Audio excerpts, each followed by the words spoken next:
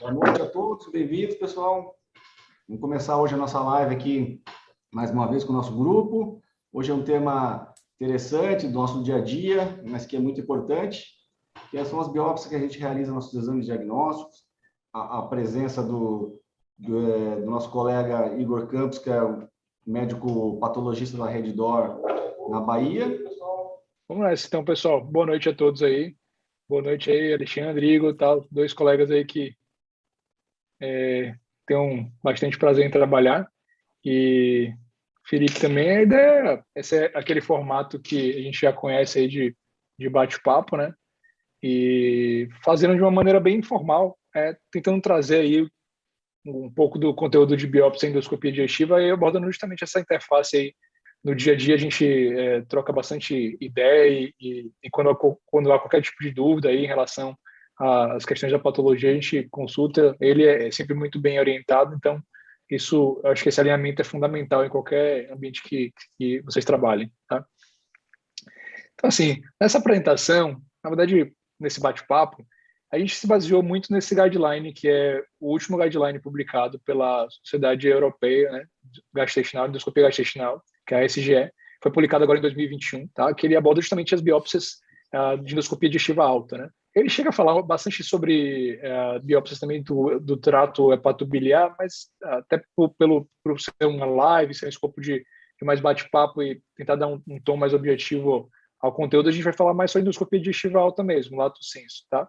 Existia um guideline anterior, que é da Gastrointestinal Endoscopy, publicado em 2013, né, que é da Sociedade Americana de Endoscopia Gastrointestinal, que ela versa com aspectos bem similares ao último guideline, com algumas nuances só, tá? Mas acho que é um tema tão importante, tão recorrente na nossa prática, que ter isso bem consolidado é fundamental.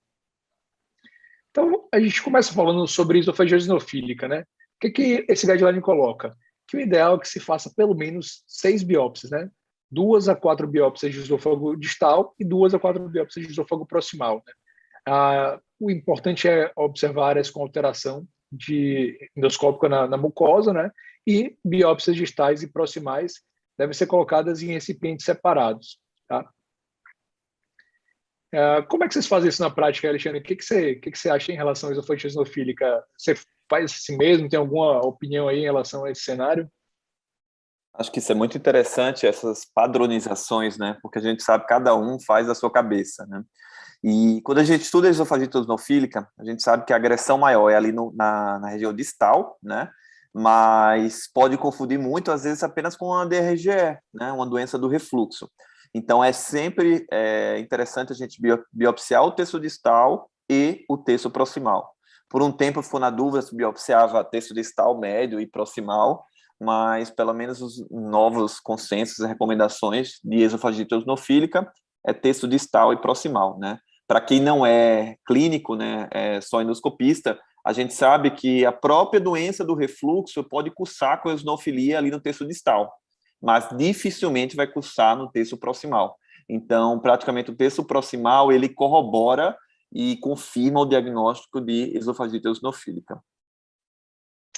Igor, em relação a essa parte da esofagia eosinofílica, quando vocês recebem assim, a peça, né, para avaliar, normalmente não há muita dificuldade em fazer essa contagem de eosinófilo, né? O padrão da patologia acaba sendo esse, né?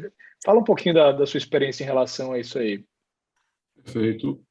Realmente é uma avaliação simples, a contagem num campo de grande aumento, varia um pouco de microscópio para microscópio, o tamanho desse campo, né, quantos milímetros quadrados tem nesse campo de grande aumento. Isso tem se padronizado mais falar em milímetro quadrado nas contagens de mitose, em doenças oncológicas, mas na esofagia eosinofílica a gente tem usado o campo de grande aumento mesmo. Então, como você falou, é uma contagem simples. Tem algumas coisas que eu acho que, como o Alexandre chamou a atenção, né? Ter uma amostragem de parte proximal é importante, porque na doença do refluxo a gente vai ter eosinofilia mesmo, mas tem um gradiente. Então, dificilmente você vai ter lá na parte proximal uma eosinofilia significativa quando é a doença do refluxo. Na grande maioria das vezes, a gente tem ali uma quantidade de eosinófilos que é intermediária, né? Se fala em 15, 25 eosinófilos por campo de grande aumento nas referências, acho que hoje está mais pendendo a gente ser mais sensível, né? Então baixando esse limiar para 15 eosinófilos por campo de grande aumento. E o que ajuda é quando você tem um número maior de ter microabscesso eosinofílico, né? Tem pequenos agregados de eosinófilo no esôfago, ou ele está em locais onde a gente não encontraria numa reatividade, né, da doença do refluxo, como está na muscular da mucosa, veio mais profundo, né? Então, ter agregados ou estar em localizações atípicas, os eosinófilos ajuda a gente a favorecer que seja esofagite eosinofílica mesmo. Né, o que eu ia te falar é que, em relação à patologia, a gente sempre tem aquela discussão de como a gente comunica isso, né? Então, é importante que vocês recebam um pedido de contagem de eosinófilos, né? Como é que você vê esses pedidos assim? Você sabe que nem sempre a gente recebe um pedido muito claro, né? Vocês nem sempre recebem, né? Quando a gente desenvolve o que você falou, né? Quando a gente tem uma boa relação, que o endoscopista está alinhado com o laboratório, liga e se a gente não fez, discute o caso. Quando a informação já não veio. Uma coisa que eu acho que é importante é que quando a gente está com um exame de laboratório, um valor determinado, fica mais fácil a gente entender aquela história de probabilidade pré-teste, né? E que a anatomia patológica é a mesma coisa. Então, se a gente sabe qual é o contexto clínico, aquilo acaba sendo a probabilidade pré-teste do exame anatomopatológico. Então, achados muito parecidos em contextos clínicos diferentes vão ter significados diferentes.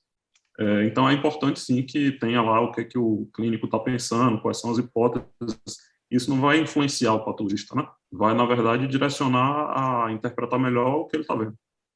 Perfeito, né, Igor? No dia a dia, a gente na correria, às vezes, aquela agenda de endoscopia super corrida, às vezes esquecemos ou omitimos alguns detalhes que é muito importante para você, né? Como você mesmo falou. Então, acho que cabe a nós, endoscopista, parar um pouco, e eu acho que é uma etapa super importante, é a confecção do pedido anatomopatológico, né? Como você falou aí, dando dados clínicos relevantes para você poder raciocinar melhor, né? E não jogar. Biópsia de esôfago, te vira, né? Eu acho uma coisa interessante também de falar disso aí, o Salles pode até comentar um pouco mais, Salles, assim, em relação ao paciente que às vezes vem com algum sintoma, né, que você suspeita de esofagite, é importante fazer biópsia? Como é que você lida com isso aí na sua prática? São duas situações, né? Como a gente é um médico do paciente, né, atendendo consultórios, faz aquela anamnese que você está dirigida, né, e você mesmo pede, ou um colega gastroenterologista ou especialista pede a situação ali, a suspeita de esofagite eosinofílica. É a mesma coisa também, você tem um olhar um pouco diferente, às vezes, né? Essas alterações mínimas, assim, da esofagite eosinofílica, a gente acaba passando sem dar muita atenção no nosso dia a dia, né? Até mesmo a gente sabe que o diagnóstico pode estar presente com um esôfago totalmente normal, né? Eu acho que quando a gente tem alguma história do paciente, se relata disfagia, né, ou paciente sexo masculino, mais jovem, acho que na suspeita tem que biopsiar mesmo com o esôfago normal, né? Né? E agora, com o esôfago totalmente sem alterações, nenhum pedido, começa a ficar um pouco mais complicado, a não ser que você consiga ver essas estrias longitudinais, esses pontilhados esbranquiçados que às vezes acontecem, né? E aí existia antigamente aquela necessidade de fazer um tratamento para refluxo antes ou não, isso já, a princípio, não há mais necessidade, né? Você não precisa ter uma supressão ácida para poder fazer o diagnóstico de esofagite eosinofílica, desde que tenha realmente biópsias do esôfago proximal, ou seja, que você consiga fugir um pouco daquela área onde tem a eosinofilia, né? E até eu queria perguntar para o Igor justamente isso, né? Se vem lá embaixo com eosinofilia, em cima não, né? Como é que fica isso, assim? Como é que você estende? Porque esse critério acho que não está quantificado, né? Isso. O que a gente espera é que a contagem eosinofílica seja semelhante quando é esofagite eosinofílica, então vai variar um pouco, mas não muito, e aí esse muito é subjetivo e depende de experiência, né? Acaba sendo uma coisa que não é muito reprodutiva. E, assim, na esofagite de refluxo, a gente espera ter outros achados de dano crônico. Então, tem uma espongiose, tem uma acantose, tem alguns outros sinais de que aquela agressão também é maior, né, na célula epitelial mesmo de revestimento do esôfago, na esofagite do refluxo. Então, tem outros achados além da contagem que a gente acaba favorecendo uma coisa ou outra. Então, dá Legal, para legal. juntar, digamos, eu tenho no terço distal uma eosinofilia, 20 campos, mas com assim, sinais inflamatórios crônicos. Isso. E no esôfago proximal, ausência de eosinofilia. Ou seja, isso favorece a um achado que seja secundário refluxo, né? Isso, e o contrário também pode existir, né? De você ter uma eosinofilia modelada, pequena, 5, 10 lá no esôfago distal, mas você tem 15 a 20 no esôfago proximal. E aí favorecendo a esofagite eosinofílica. Isso. É bom você ter falado isso, só um último comentário, é que na esofagite eosinofílica a gente tem uma variação grande topográfica, né? Então, um número maior de biópsias vai aumentar a nossa sensibilidade em dar um diagnóstico de esofagite eosinofílica. Então, às vezes você não encontra lá no terço distal numa quantidade maior porque o número de biópsias não foi suficiente. Então, nesse caso aí, a gente ter 4, 6 amostras de esôfago vai aumentar a nossa chance de reforçar o diagnóstico de esofagite eosinofílica. Não, até pegando esse gancho, eu acabei passando o slide, é justamente o que você recomenda, né? Que no refluxo em si, então só o contexto do refluxo aí, essa interface refluxo-esofagite não é uma indicação clara de fazer biópsia, né? E o guideline coloca isso de maneira expressa aí, né? Você tem os achados habituais aí do índice do refluxo, né? Então, acho que todo mundo acaba recebendo em algum momento aí algum pedido de um paciente que não necessariamente tem um quadro que seja compatível com esofagite eosinofílica, às vezes até mesmo um quadro aí que de fato é bem expresso de refluxo e vem às vezes um pedido de biópsia e fica aquela coisa assim, bom, será que vai agregar alguma coisa? Eu acho que esse diagnóstico diferencial, a biópsia, ela é importante na esofagite eosinofílica, né? Então acho que isso fique claro aí, né? Então esses cenários aí intermediários que, enfim, existem, precisam ser esclarecidos e a patologia também aborda e ajuda bastante a gente. Eu vou dar sequência um pouquinho mais, que a gente se demorou um pouquinho mais na esofagite eosinofílica, então eu vou falar um pouquinho de esofagite infecciosa, tá? No caso da monilise, eu acho que essa é uma discussão boa que a gente pode fazer. O guideline coloca assim, biópsias se os resultados tiverem consequências terapêuticas, assim, propondo que não se faça biópsia em todo mundo. E análise histológica e micológica quando houver resistência ao tratamento, tá? O que vocês acham disso aí? Vocês biopsiam toda a monilise? Monilise, alguns casos sim, outros não. Como é que Isso é vocês pensam nisso aí? Isto é uma discussão bem antiga, né?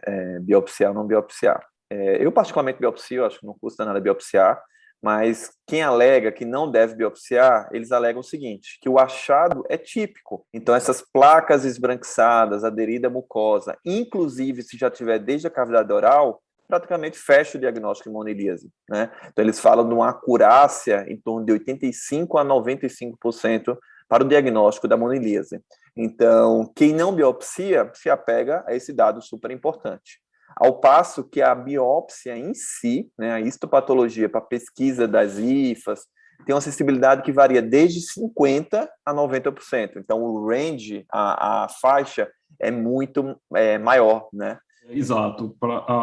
Em doenças infecciosas, de maneira geral, a patologia não tem uma sensibilidade muito alta. Então, é exatamente isso que você ponderou. Se você tem uma suspeição clínica muito alta, às vezes a patologia atrapalha, dando um falso negativo, né? Tem uma alta suspeição clínica com aspecto endoscópico característico, vem uma biópsia negativa, não é para acreditar. É para pensar que pode ser baixa sensibilidade do método mesmo. Eu, particularmente, eu tenho uma opinião similar que aquela que você comentou, né? Acho que dentro de um contexto onde a gente tem uma situação típica, né? Habitualmente aquele paciente que você sabe que tem preditores clínicos para maior risco de monilíase, eu fico bem tranquilo na biopsia. Eu acho que os cenários onde você tem que pensar em biopsia é quando há uma dúvida, né? Inclusive com o próprio diagnóstico diferencial, dependendo de alguns aspectos, com a esofagite eosinofílica, né? Que eu já havia comentado. Aqueles Então, abscessos, assim, né? exato, você pega um paciente um pouco mais... Às vezes você fica na dúvida, você fica até na dúvida se já aquele é um resíduo alimentar do medicamento que tomou, uma coisinha ali. Não lembro uma vez ou outra ele ter biopsiado achando que era esofagite eosinofílica, que era monilha, e o contrário também. Né? Então, eu acho que na dúvida não custa biopsiar. Né? Claro, o paciente com quimioterapia, com história de Anticoagulação, já tratou, né? Aí é questionável. Agora, um primeiro diagnóstico no paciente jovem, que com um exame diagnóstico de rotina, que você não tem história muito nenhuma, acho que tem que biopsiar, né? Acho que... E aí, a gente até, da sequência, falando um pouquinho das úlceras esofágicas, aí, que propõe 6 fragmentos de biópsia, incluindo base e borda da úlcera. Aí, acho que o Igor pode comentar. Faz diferença aí, Igor? Base, borda, como é que você enxerga isso aí da patologia? Perfeito. No caso de hemonilíase, a base da úlcera pode trazer justamente uma quantidade maior de organismo, né? Então, apesar de não ter tecido, ou ter um tecido necrótico, que para avaliar a neoplasia não seria interessante, mas para doença infecciosa, sim. Quando a gente tem herpes, herpes vai ser uma infecção na célula epitelial, diferente do CMV, que qualquer célula pode ser infectada pelo CMV. Então, para monília e para CMV, a base da úlcera pode ajudar, porque você não vai pegar célula viável, mas vai pegar agente. Não, exato. Eu acho que a úlcera esofágica, quando eu comentei, que era exatamente para falar disso aí, e eu acho que é isso aí, ter cuidado, biopsiar a borda, biopsiar a base. A gente não sabe qual é a etiologia da úlcera. Algumas vezes a gente vê úlceras que são, de fato, mais típicas, né, para uma outra etiologia, mas entender que essa amostragem bem feita, ela pode ajudar a definir o diagnóstico, é fundamental. Tá? E dando sequência, eu vou falar um pouquinho de BITE, né? BITE... Voltando ali, Bruno, só para pergunta para o Igor, quando a gente vai biopsiar essas úlceras esofágicas, né, que a gente percebe que não tem cara de tumor, né, parece coisa infecciosa, a necessidade de já colocar algum pedido de imunistoquímica, cultura, o que sabe, pensando no dia a dia, né, que tem autorização de convênio, aquela coisa assim, né, ou se uma boa história ali clínica de uma suspeita já é suficiente? Não sei como é no Brasil inteiro, mas pelo menos aqui a gente tem uma realidade de não conseguir abrir o exame de imunistoquímica no paciente ambulatorial.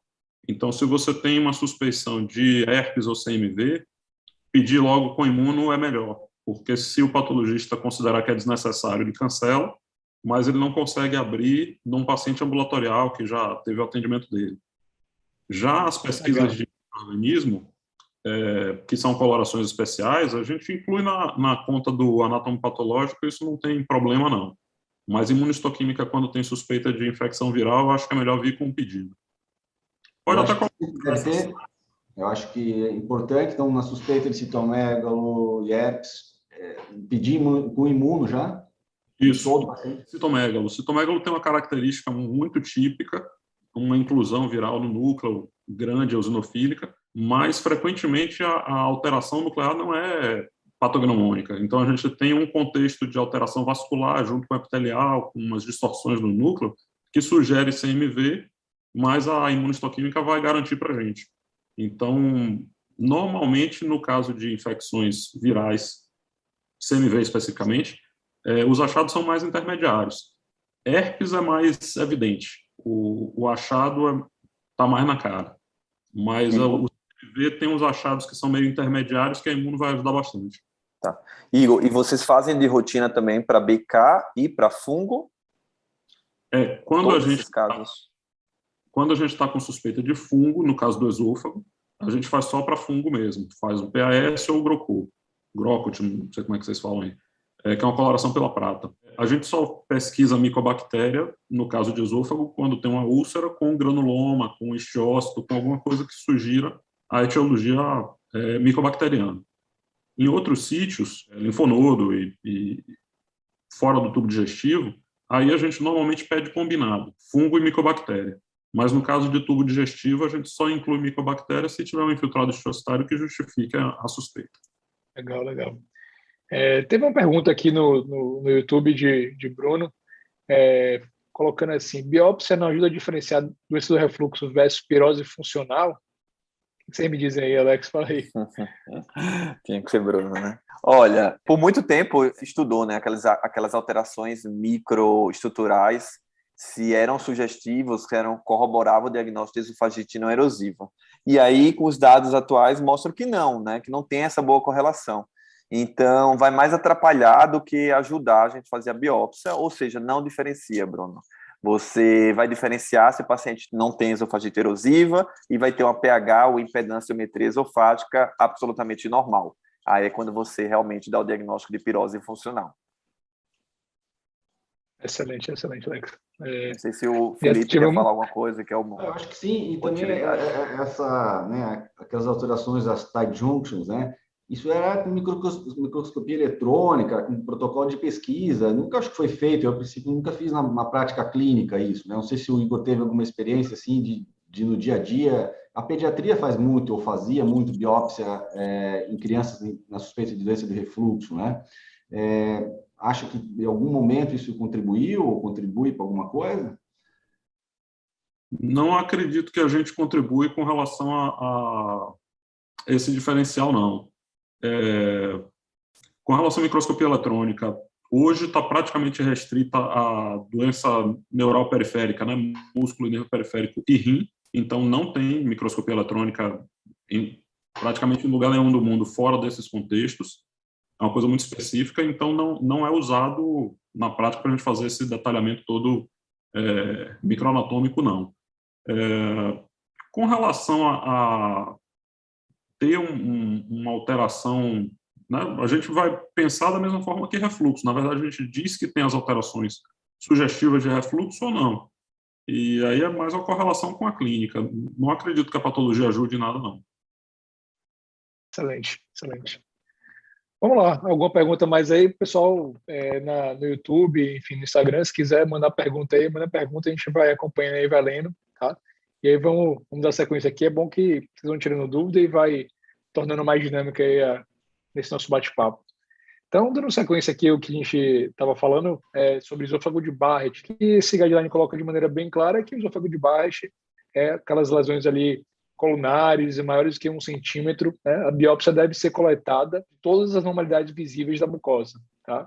Então, sempre tentar examinar com muito cuidado, isso aí é bem dito, né? E, claro, biopsiar o que houver de alteração. E a biópsia aleatória deve ser feita aí conforme o protocolo de Seattle, né? 4 quadrantes devem ser coletados a cada 2 centímetros dentro do segmento Barrett, né? Começando ali na extremidade superior das dobras gástricas, tá? E as biópsias de cada nível devem ser coletadas e apresentadas ao patologista em um recipiente separado, tá? Isso eu acho que é um dado que ocasionalmente a gente ouve algumas dúvidas e, de fato, pode ajudar a entender se surgir, por acaso, uma lesão que tenha componente displásico, em que nível está e como é que isso vai ser abordado. Como é que é a experiência de vocês aí? Cai para nós, ninguém faz isso aí, né? Essa última recomendação de cada nível colocar num frasco separado, né? Mas... Pois é. Não, essa é uma discussão que de volta e meia eu tenho, assim.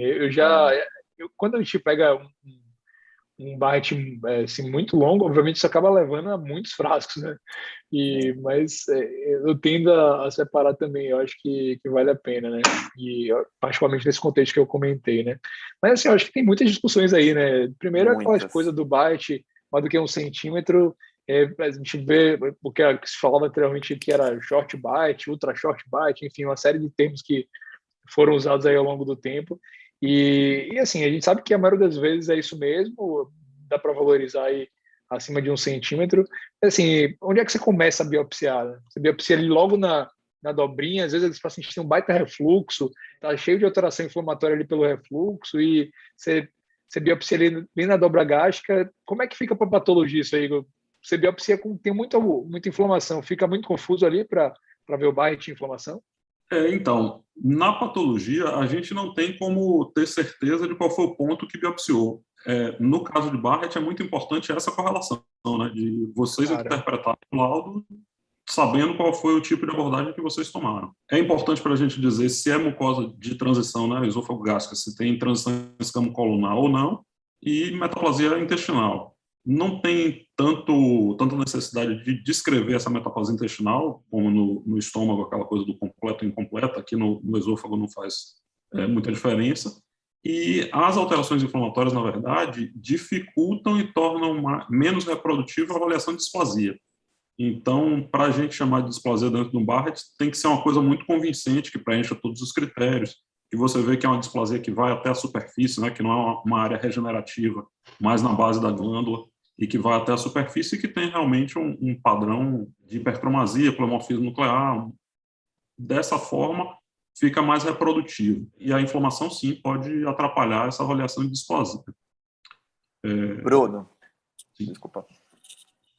Não, só ia completar isso, que, na verdade, no Barrett a gente acaba descrevendo, né, dizendo se é epitélio só escamoso, só colunal, ou se é de junção, se tem ou não metaplasia, se tem ou não displasia. E na displasia a gente toma muito cuidado para não chamar mais por causa de alterações inflamatórias. E passa a bola de volta para vocês para dizer o que é.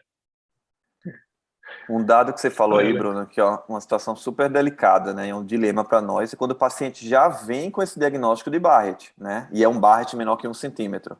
Então a gente tem que ter muito cuidado, né? Às vezes o colega, não vou biopsiar porque é maior que 1 pelas recomendações, mas passe essa informação para o paciente, senão ele vai achar que você foi endoscopista de merda, né? Que não viu o Barrett que ele tem há muitos anos. Então tem que ter muito essa boa relação e passar para ele. Então, o que acontece muitas vezes, quando eu não conheço o paciente, não é paciente meu, o paciente já vem com esse diagnóstico, eu coloco lá no laudo descritivo, né, o tamanho da lingueta, tal, e biopsio, certo? Com esse intuito de não gerar uma situação chata para mim, porque o paciente já tem um diagnóstico. Outra coisa, o paciente vem com a endoscopia, a primeira endoscopia, enfim, não tem um diagnóstico e eu não vou dar esse diagnóstico se o prolongamento for menor que 1 centímetro, tá? Então, acho que isso é muito importante a gente ter essa malícia e ter esse tato aí no dia a dia, na prática clínica. Eu acho que isso é muito importante que eu ia ter levantar, né? A gente vê, às vezes, aquelas pequenas reptilizações, parece que é uma esofagite erosiva que está ainda, né, começando a fazer o processo de cicatrização, que você olha aquilo ali, tá, não é um tag irregular, mas não é um Barrett, é um negocinho ali que... Aí você cria um doente, né? Esse paciente chega com Barrett, ele fica tendo que acompanhar toda hora, né? Eu tendo a ser um pouquinho mais conservador nesse diagnóstico, nem biopsio, né? Ponho como uma tag irregular. O problema é como o Alexandre falou, né? Que às vezes o paciente já vem, controle de Barrett. Aí você vai entrar lá e fala, Deus, o paciente mal tem refluxo, não tem nem sinal aqui. E aí é complicado, né? Do que fazer, assim, né? Isso que eu ia perguntar até para o Igor, existe uma diferenciação na biópsia dessa reptilização assim, cicatricial só de uma esofagite? Dá para caracterizar isso? O grau de metaplasia vai ter relação com a intensidade do refluxo? Assim, o que a gente vê de reptilização vai ser uma reptilização escamosa. Então, quando a gente tem uma lesão que tem área de transição com ilhotas de revestimento escamoso, a gente entende que teve uma transição escamo-colunar que foi reparada com epitélio escamoso ali em cima, né? Então, a diferenciação que a gente consegue fazer é essa. Se tem uma área que é reptilização, provavelmente ela é reptilização escamosa. Quando ela é colunar, a gente só consegue dizer que tem metaplasia ou não, e não dá para saber direito se já estava, se estendeu e está reparando. Uma coisa que eu fico preocupado e tendo a diminuir muito o quanto a gente valoriza as alterações, essas alterações displásicas que eu estava chamando a atenção, é que é muito raro a gente encontrar qualquer transformação em Barrett. Então, acaba criando um segmento num paciente que não tem uma doença significativa, né? Tem que ter um achado endoscópico muito forte para dar esse diagnóstico, rotular e começar a seguir, porque a chance de encontrar alguma coisa é muito baixa. Exato. Essa é uma discussão cotidiana. É uma pinça de biópsia. Uma pinça de biópsia tem 0,7, né, centímetro, ou 7 milímetros. Então, se você abrir a pinça e essa linguetinha for menor que a pinça, ou do tamanho da pinça, teoricamente você não precisaria biopsiar. Esse raciocínio, você olha quanto micro Barrett que vem sendo biopsiado aí, né? Que é menor que uma pinça, né? É menor que uma pinça. E essa discussão dessa interface entre, às vezes, um colega que fez um exame que diagnosticou com Barrett é uma discussão difícil, né? Então, tem que tatear bem isso aí, enfim, bater um papo, porque realmente são mudanças de conceitos, né? Então, isso está, às vezes, em fase de implementação. Inclusive, pode abrir margem para discussão, né? Porque, enfim, o risco relacionado ao mesmo segmento mais curto, então é importante ter uma boa interface para poder resolver, inclusive com o próprio patologista quando tiver esse tipo de dúvida. Uma outra coisa que eu ia comentar é em relação a esse momento de esofagite, né? Assim, na prática, eu acabo tratando o esofagite do paciente da melhor maneira possível, tentando fazer o exame com aquilo ali bem cicatrizado, né? Eu acho que... Como é que vocês fazem? Vocês fazem de maneira similar? Sim, sim. Eu acho que a gente tenta melhorar o processo inflamatório, ajudar o patologista aí, né? Dar um Com diagnóstico mais claro.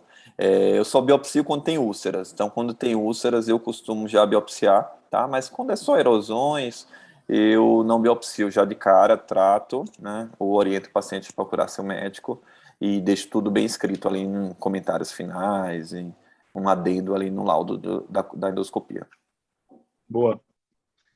Vamos lá, então, vou falar um pouquinho de neoplasia agora, tá? Então, o que o guideline coloca de forma bem expressa é que pelo menos 6 biópsias, né? Suspeita de câncer esofágico avançado ou de câncer gástrico avançado, tá? E se houver olinite plástica, 10 biópsias, sobre biópsia de preferência ali, em áreas suspeitas. A gente sabe que esse é um cenário ainda mais difícil, né? Muitas vezes o paciente acaba fazendo 2, 3 endoscopias até fazer o diagnóstico. E a econdoscopia acaba sendo alternativa aí para fazer punção na parede, tentando coletar material, né? Acho que esse é um cenário que a gente abre menos discussão, né? A maioria das vezes que a gente vê é realmente que aí pelo menos 6 fragmentos é suficiente. É um diagnóstico complexo, é um diagnóstico que vai impor um tratamento difícil, então tem que ser bem feito, tem que ser valorizado aí o número de fragmentos para poder mostrar bem isso aí, né? O que você fala, Igor, sobre isso aí? A única coisa que eu acho que está mudando com relação a isso é a possibilidade de fazer ressecção endoscópica, né? Que não seria o câncer avançado, como você está falando. Linite realmente é um desafio, então, frequentemente, o paciente precisa ser biopsiado mais vezes, e o número de biópsias vai melhorar a nossa sensibilidade. O câncer gástrico tipo intestinal, né, que está associado a um estômago atrófico com outras alterações, normalmente tem alteração até a superfície, né? Então é mais fácil de a gente dar esse diagnóstico. Mas no caso de linite ou anel-de-Sennett, frequentemente a superfície está normal e a doença está do colo da glândula para baixo. Então pode ser difícil, né? Tem uma distribuição mais heterogênea, né? Infiltrativa no estômago e quanto mais biópsias conseguir fazer, melhor. Então em torno de 10 eu acho que melhora bastante para a gente quando a suspeita é essa, né? Anel-de-Sennett. Igor, e o diagnóstico de linfoma gástrico, é fácil de fazer? O linfoma gástrico, a gente tem 2 grupos, né? 2 grandes grupos. Um é o linfoma difuso de grandes células B. É um linfoma mais agressivo, que normalmente é uma lesão única, ulcerada, grande, agressiva, que confunde com o câncer gástrico avançado, né? O outro grupo são os linfomas MALT, os linfomas de baixo grau, isso, que quando a gente vê úlceras um pouco maiores, amostrando bastante, a gente vai encontrar essas lesões. Tem alguns achados do mesmo jeito, né? Que dependem de uma amostragem maior, no caso dos linfomas de baixo grau, e eles acabam sendo mais desafiadores. Quando a gente tem um linfoma MALT, né, com célula pequena, que não tem tanta atipia na célula, o que vai ser importante para a gente é ver destruição de glândula, afastamento dessas glândulas pelo infiltrado linfóide, o padrão reativo que não é encontrado, né? H. pylori faz uma reatividade folicular muito evidente, que é o contrário do que o linfoma de zona marginal faz, né, esse de baixo grau. O contrário do linfoma de alto grau, que é uma célula muito pleomórfica, muito feia, confunde com carcinoma, mas tem alguns achados que favorecem, né, o que dão a dúvida, e aí o patologista vai sugerir imuno, para confirmar se aquilo é um linfoma, né, e classificar. No linfoma é sempre necessário fazer imuno. Em alguns casos, ele vai simplesmente dizer que é um carcinoma mesmo e que a hipótese de linfoma morfológica não se confirmou.